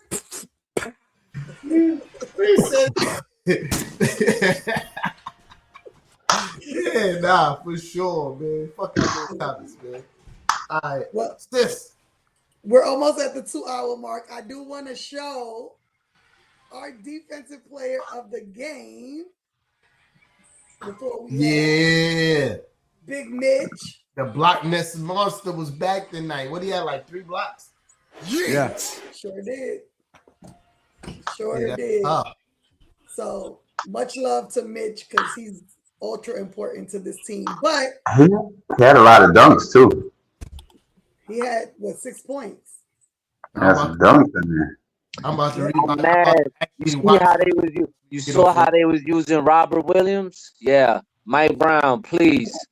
You know, take some fucking notes, man. Take some fucking notes, Mike Brown. You saw that, right? Robert Williams, the guy who's always injured. He just, you know, this year having a good season. But you see how they utilized him, right? They were lobbing the ball to him. Yeah. So we're at the 2-hour mark. We want to thank everybody for showing up. Press that like button. Subscribe if you haven't done so already. Click the bell so that you know when we're going live every show. Tell a friend to tell a friend to tell a friend that Knicks and Ish is the place to be post game. The Knicks next game is going to be Wednesday against the Sacramento Kings. It is a 9 p.m. my time, 10 p.m. East Coast time game. We'll see, because that's going to be a late show, but I don't think it's going to happen post game, but we'll see. Because that'll be like a 1 o'clock in the morning show.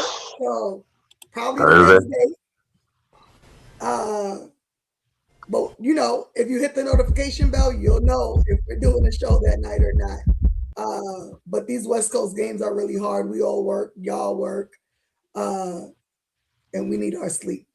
We do appreciate you of the replay gang. We appreciate you 100%. Just be sure to continue to show the support in sharing the show. Put it on your streams. Put it on your Facebooks. Let people know where we're at. And, you know, we're all about building the community, building people, connections. And if you ever have anything you want to debate us on, you want to talk to us, or you want us to address, please feel free to let us know in the super chats. Let us know. So that way we would address them immediately, and we will do it the best, to the best of our ability. For sure. But if y'all don't have anything else, Frads, you already know what to do. Hit the outro. We'll see you Wednesday or Thursday. Okay. Boom shakalaka! The Knicks are grit. These kids and our party just lit. Tall.